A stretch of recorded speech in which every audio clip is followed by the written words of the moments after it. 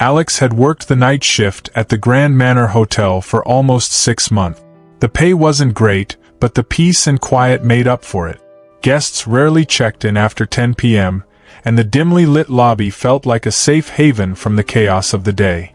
One stormy night, just after midnight, the phone at the front desk rang. Alex glanced at the caller ID.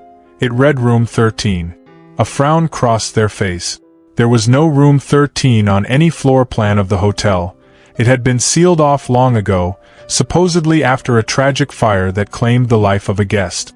Curiosity piqued, Alex answered the call. A faint, crackling voice on the other end whispered, "Help me, please." The line went dead before Alex could respond. Unease settled over Alex. They checked the guest registry. No one had checked into Room 13. But the call was so real. Against better judgment, Alex grabbed the master key and headed toward the 13th floor, which was now used for storage. The hallway was silent, save for the occasional drip of water from a leaky pipe. Dust coated the walls and floor, and the air was stale. At the end of the corridor stood a door marked Room 13, its brass numbers tarnished and dull. Alex hesitated before sliding the key into the lock. The door creaked open to reveal a room frozen in time. The decor was from the 1920s, with vintage furniture and faded wallpaper. A rotary phone sat on the bedside table, the receiver off the hook. It was strange. Nothing had been touched, yet the room seemed to exude a palpable sadness. As Alex stepped inside, the door slammed shut behind them, causing them to jump. The air grew colder, and a whisper floated through the room. "You shouldn't have come." Suddenly, the rotary phone began to ring. Alex picked it up, their hand trembling. The same voice from before whispered, "Find me. I'm trapped." "Who are you?" Alex asked, their voice barely above a whisper. "I'm Clara. I need you to help me." "Find the journal," the voice pleaded before the line went dead again. Heart pounding, Alex searched the room and discovered a hidden compartment in the floor. Inside was a dusty, leather-bound journal. They opened it to find entries dated from the 1920s, written by Clara, a young woman who had been a guest at the hotel. The journal recounted Clara's stay at the Grand Manor. She wrote about her excitement for a romantic getaway with her fiancé, but the entries took a dark turn. Clara wrote about hearing strange noises at night and seeing shadowy figures in the mirrors.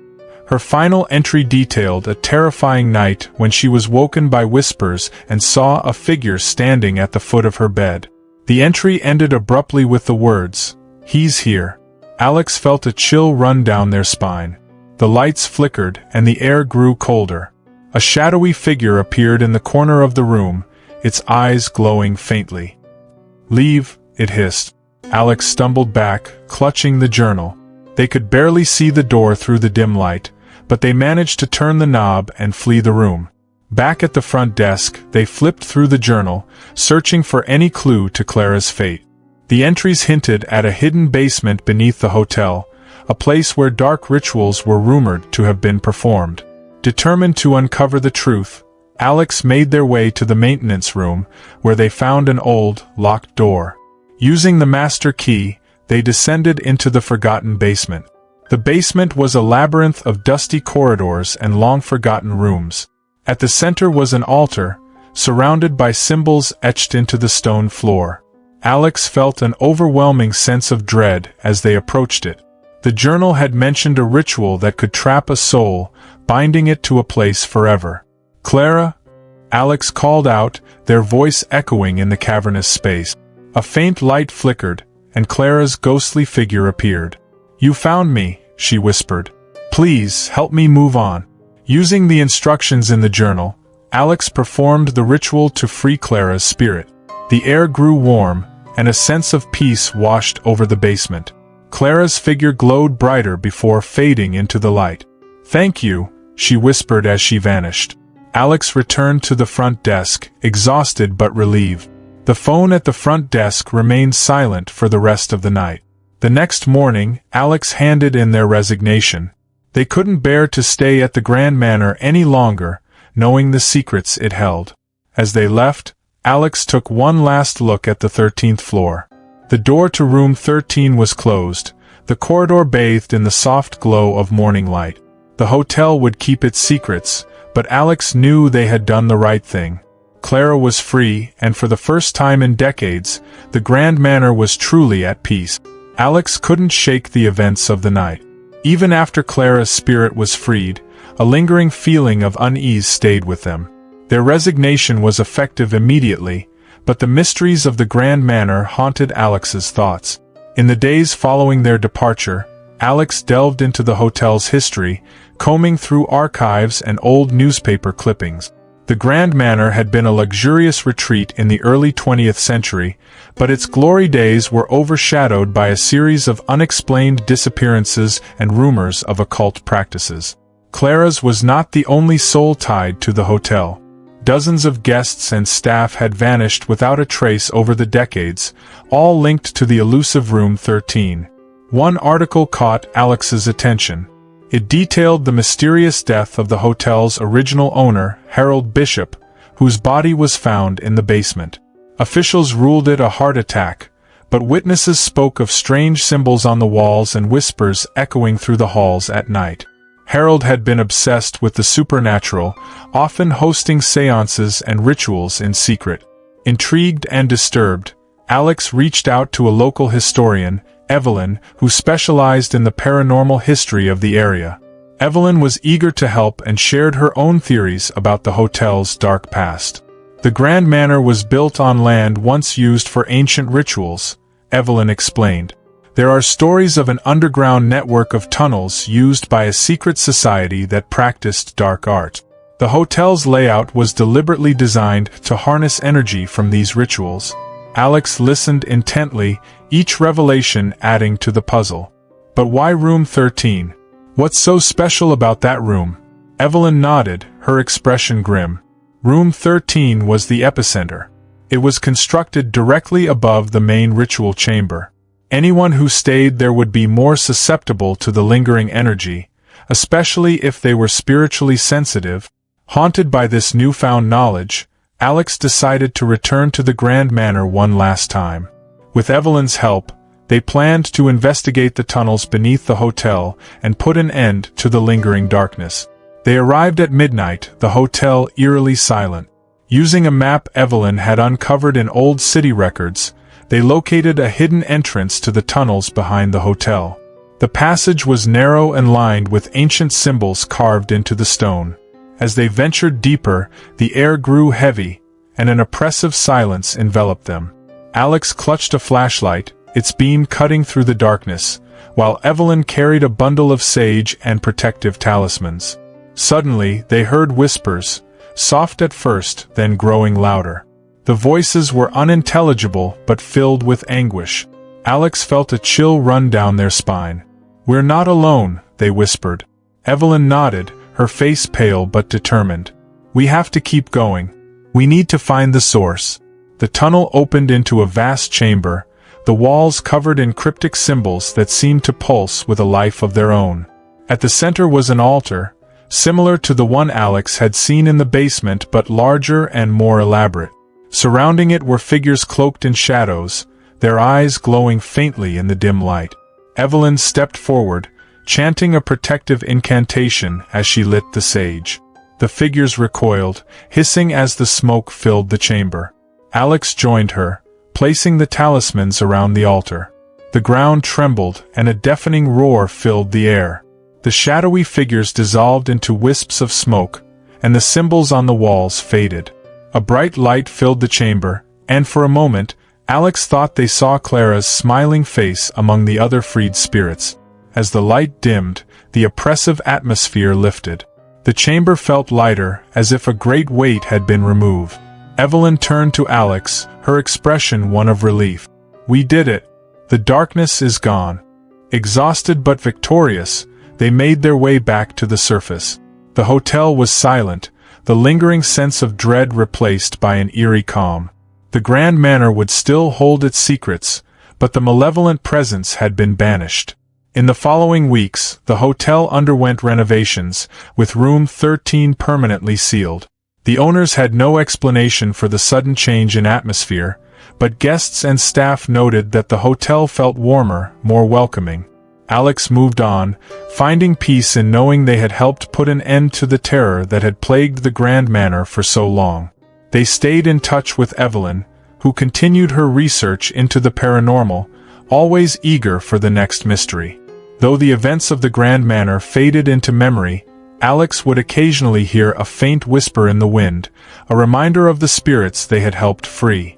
It was a comforting sound, a reminder that even in the darkest places, light could be found.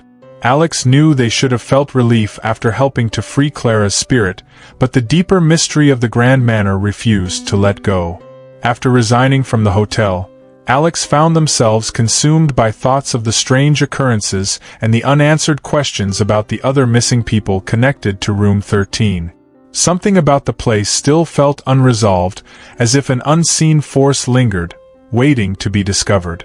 Determined to find closure, Alex dedicated their time to researching the history of the Grand Manor. They spent days in the city's archives, poring over old newspapers, property records, and personal journals. The deeper they dug, the darker the story became. The Grand Manor had a long history of mysterious disappearances, dating back to its construction in the early 1900s. Reports of guests checking in and never leaving, strange noises in the hallways, and unexplained phenomena had been a recurring theme. One particularly chilling discovery was an old article about a séance held in the hotel's grand ballroom in 1928. The séance, led by a renowned medium named Lillian Ashcroft, had gone horribly wrong. Several participants claimed to have seen a dark figure appear before they were overcome with a sense of suffocation. The event ended abruptly, and the medium disappeared that same night, never to be seen again. Her name appeared again in a guest ledger for room 13, dated the night of her disappearance. The more Alex uncovered, the more they realized that the Grand Manor was not just haunted by restless spirits but was a beacon for something far more sinister. They reached out to Evelyn, the local historian and paranormal expert who had helped them before, and shared their findings. "This is bigger than just Clara's story," Alex said during a late-night phone call. "There's something about that room, something tied to every disappearance, every strange event." Evelyn agreed. "It's a focal point for dark energy. We need to find out why." They decided to meet again, this time with a plan to delve deeper into the hotel's mysteries. Evelyn suggested conducting a controlled investigation in the hotel, using specialized equipment to detect any lingering energy or entities. Though Alex had left the hotel, the manager, intrigued by their findings, granted them after-hours access to explore the sealed areas.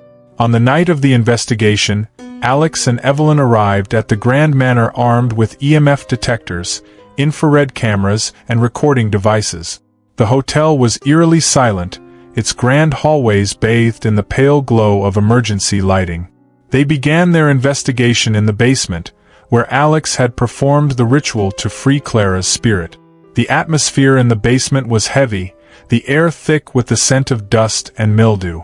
As they set up their equipment, Evelyn noticed something unusual, symbols on the walls that hadn't been visible before, glowing faintly under the infrared light. She carefully sketched them into her notebook, recognizing some of the symbols as ancient runes associated with binding and trapping spirit. "This isn't just a random haunting," Evelyn said. "These runes were meant to trap something or someone." Their equipment began to pick up spikes in electromagnetic activity, the detectors emitting sharp beat. The temperature in the room dropped suddenly, and their breath became visible in the cold air. Alex felt a familiar chill, the same presence they'd felt in room 13. A voice echoed through the basement, soft and distant. "Help us!" Alex and Evelyn exchanged glances, both sensing the presence of multiple spirits. They followed the sound to a corner of the basement where the air seemed thicker, almost tangible. Evelyn placed her hand on the wall, and it gave way slightly, revealing a hidden door. Behind the door was a narrow staircase leading further down, into a part of the hotel no one had known existed. The air grew colder as they descended, the darkness wrapping around them like a shroud. At the bottom of the stairs, they found a massive chamber lined with shelves filled with ancient tomes, jars of unknown substances, and more of the glowing symbols etched into the stone. In the center of the room stood an altar, larger and more elaborate than the one Alex had seen before. Surrounding it were several stone pillars, each inscribed with names of the missing. Alex felt their stomach turn as they recognized some of the names from the articles they had read, including Lillian Ashcroft. This was a place of ritual, Evelyn said, her voice barely above a whisper. A place of power. They began setting up their equipment, determined to document whatever they could. As they worked, the air grew colder, and a low hum filled the chamber. The hum grew louder, transforming into a cacophony of whispers, each voice pleading, crying, and screaming. Evelyn lit a bundle of sage, moving around the room to cleanse the space. "We're not just dealing with spirits," she said. "There's something darker here, something that's been feeding off the energy of these trapped souls." As she spoke, a shadowy figure materialized behind the altar, its form shifting and writhing. The figure's eyes glowed red, and it let out a guttural growl that reverberated through the chamber. Alex felt a wave of fear wash over them but stood their ground, clutching the journal they had found in room 13. "We need to finish what we started," Alex said, opening the journal to the final entry, which contained a ritual for banishment. They began to read aloud, their voice steady despite the growing fear.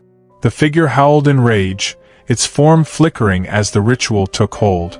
The whispers grew louder, the trapped spirits lending their voices to the incantation.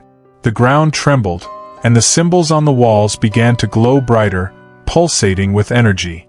With a final, deafening roar, the figure dissolved into a cloud of smoke, which was quickly absorbed into the symbols. The chamber grew silent, the oppressive energy lifting as the final remnants of the darkness were banished. Exhausted but triumphant, Alex and Evelyn made their way back to the surface. The hotel felt different, lighter, as if a great burden had been lifted. The manager met them at the front desk, a look of awe on his face. "I don't know what you did," he said, "but the hotel feels peaceful." Alex nodded, feeling a sense of closure at last. "It's over." In the weeks that followed, the Grand Manor underwent renovations, with the secret chamber sealed off and the hotel's dark history slowly fading into memory. Alex and Evelyn remained friends, continuing their research into the paranormal, always on the lookout for the next mystery to solve. Though the Grand Manor was now at peace, the memories of their journey lingered, a reminder of the power of the unknown, and the courage it took to confront it. After leaving the Grand Manor, Alex couldn't shake the unsettling feeling that something unfinished still lingered. Clara's spirit may have found peace, but the mystery of room 13 and the hotel's dark history gnawed at them. The more they thought about it, the more they were convinced that Clara wasn't the only one trapped by the hotel's eerie past. Alex spent countless nights sifting through historical records, old newspapers, and even local folklore. Each discovery deepened the enigma surrounding the Grand Manor. Stories of guests who vanished without a trace, employees who quit suddenly with tales of strange occurrences, and the persistent legend of a cursed room 13 painted a chilling picture. One name kept resurfacing in their research: Harold Bishop, the original owner of the hotel.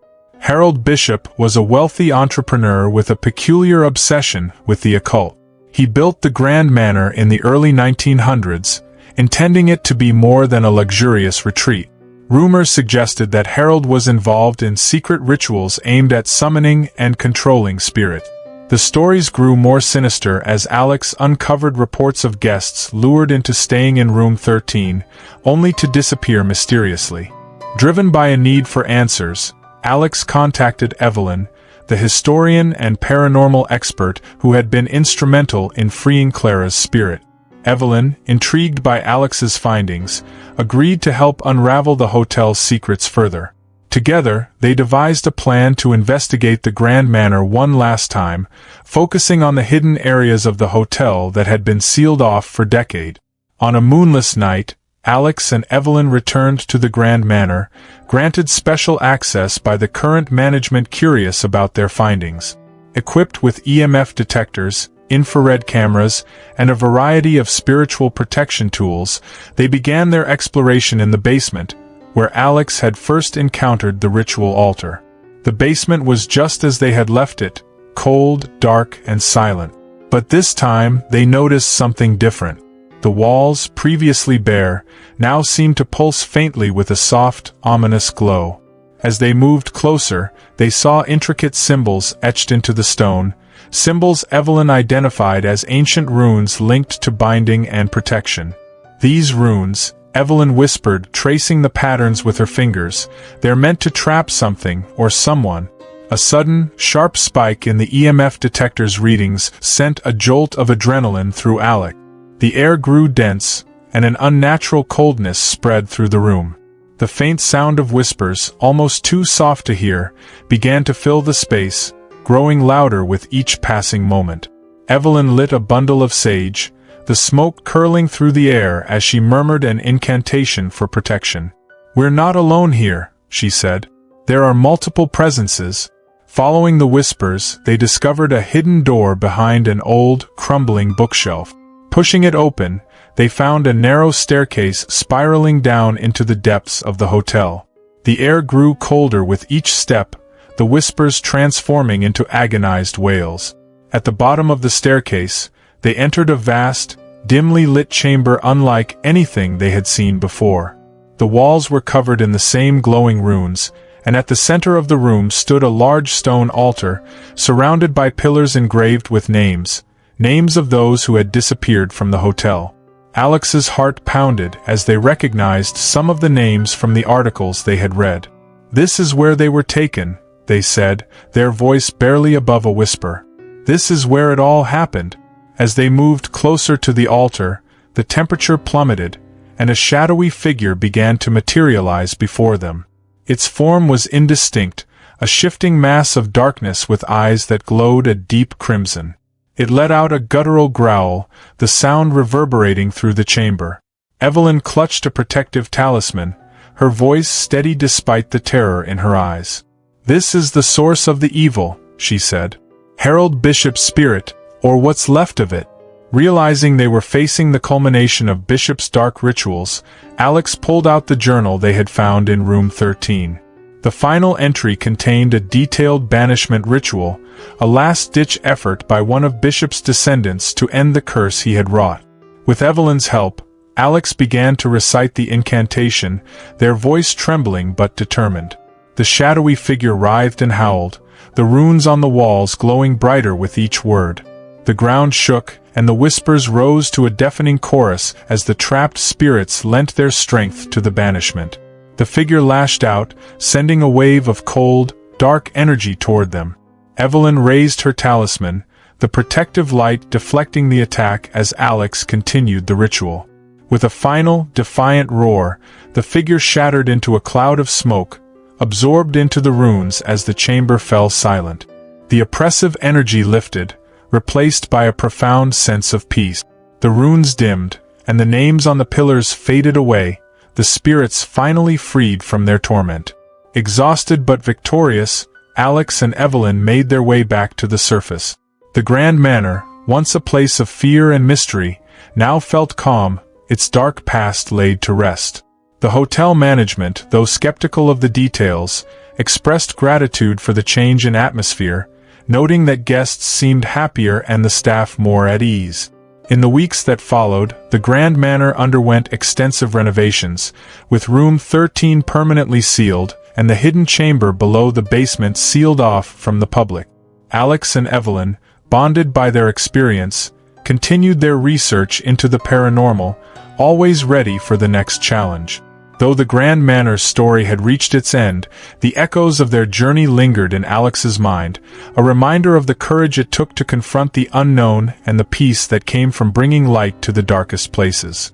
After their harrowing confrontation with the dark entity in the hidden chamber of the Grand Manor, Alex and Evelyn emerged into the cool night air, their minds heavy with the weight of what they had experienced. The hotel, once a beacon of terror and mystery, now stood in solemn silence, its sinister past finally laid to rest. In the days that followed, the transformation of the Grand Manor was palpable.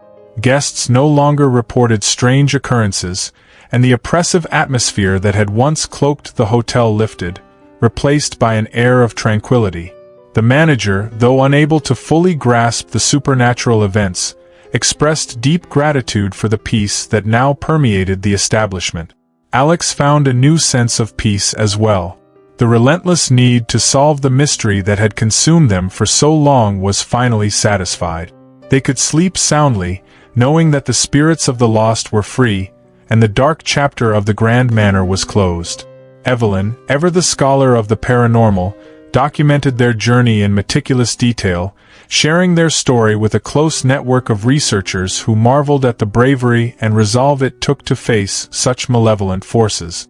As the months passed, the Grand Manor was gradually renovated, its dark history relegated to whispers among the curious. Room 13 was sealed permanently, a plaque placed on its door as a silent testament to those who had vanished within its walls.